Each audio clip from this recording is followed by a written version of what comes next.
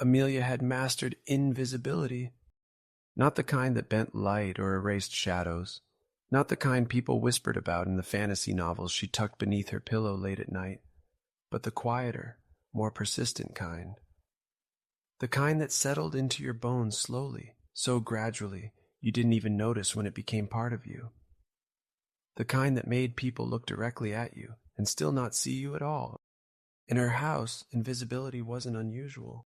It was expected. The walls were lined with proof of everyone else's existence.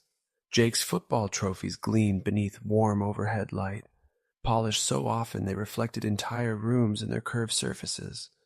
Ryder's boxing medals hung in neat rows, clinking softly together whenever someone brushed past them, like a constant echo of applause that never quite faded.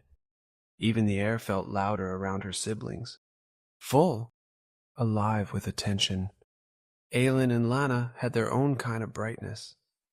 It wasn't loud like Jake, or forceful like Ryder. It shimmered instead. Effortless smiles, perfectly timed laughter, the kind of presence that didn't demand attention but pulled it in anyway, like gravity. People noticed them without trying. People remembered them without effort. Amelia existed in the space after all of that. The quiet, the pause after applause, the moment when everything settled and no one thought to look around and see who was left behind. No one ignored her on purpose. That was the worst part. There was no cruelty to point at, no single moment she could hold on to and say, that's when it started. No harsh words, no deliberate exclusion. It was just natural, as if she had been placed slightly out of focus from the very beginning. Like a background detail no one thought to sharpen.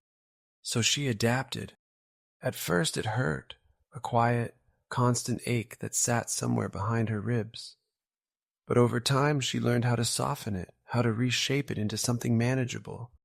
Books became her refuge, her constant. They didn't overlook her. They didn't compare her to anyone else in the room.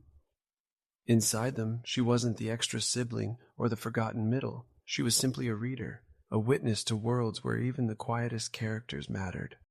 Sometimes they were the most important ones.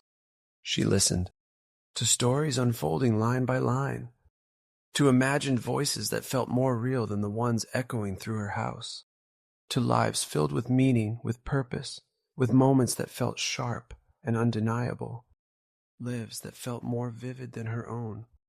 And slowly, without realizing it, Amelia stopped expecting anything different from reality. She stopped waiting for someone to notice her first, stopped hoping to be chosen, stopped imagining that she could be anything other than what she had always been, unseen. It was easier that way, safer, because if you never expected to be seen, you never had to feel the disappointment when you weren't. And for a long time that was enough, until one day, something interrupted the quiet. It didn't arrive loudly. It didn't crash through her world or demand attention the way everything else in her life seemed to. It was smaller than that, quieter. A shift so subtle she almost missed it. But something changed. Something she couldn't name. And she didn't realize it yet, standing there at the edge of that moment. But invisibility, for the first time in her life,